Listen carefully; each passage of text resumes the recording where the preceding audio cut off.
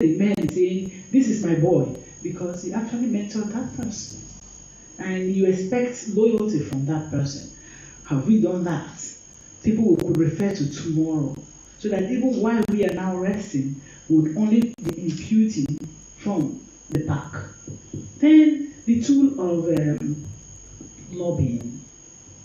I know that the world has become very, very open, and we can want to believe that one of the reasons why the gender policy itself had to be revisited was that it was struck out, and the way it was struck out was so heavy. And maybe those who were asked to go and lobby for the women didn't lobby, they rather trusted the men. They asked, they sent on errands. They sent them on errands instead of lobbying them. So if they had enough base as people they had mentored, they would have been able to lobby them and say, this is how we want it. Suppose maybe out of the 105, I don't know, in the House of Representatives now, 109?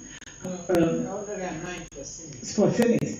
If out of the 109, females had even 70, that matter would not have the gavel would not have fallen so heavy. But did they also not be well enough, or they were just giving the impression that, look, my husband is going to place me there, so when my husband is leaving, he will be replacing himself with me? Was that what the women interpreted? Was that what happened? If it is, then we'll learn our lessons. That the next time, we are going to start mentoring our own.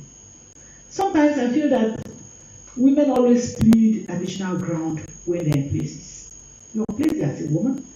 Probably a prayer group even prayed you into that position.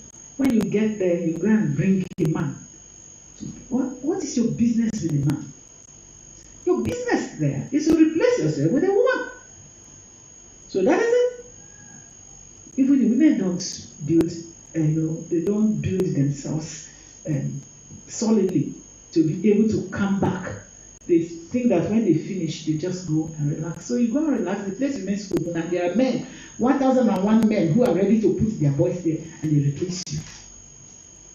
We also need to talk to women the more. In having to sensitize women, there is no end to it. And that's because there will always be a conflict between tradition, religion, and politics.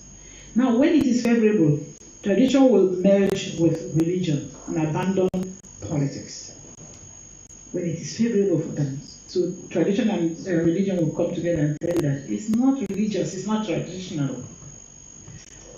In just a little local community meeting, so women were members of a welfare group, and I said, see, there are vacancies. Why don't you just contest? Some of them told me they are busy in the church. You have not finished staying on earth that God has given you. You're building to go to heaven. Are you comfortable here? I mean, you should be comfortable here so that when you get to heaven, you'll be super comfortable. So we need to talk to them and look, the fact that you're involved in politics does not take away your religious gain. It does not. Nobody should tell you that. Deborah was made the head of the whole Israelite nation. The Bible describes her as a judge. God had already set how the Sisera was going to be killed by a woman with just a 10th male. If the woman could do that, what is this wonderful thing that you don't want to do here? And we make up all dreams and all stories about how politics goes and all that. No. Then you go correct it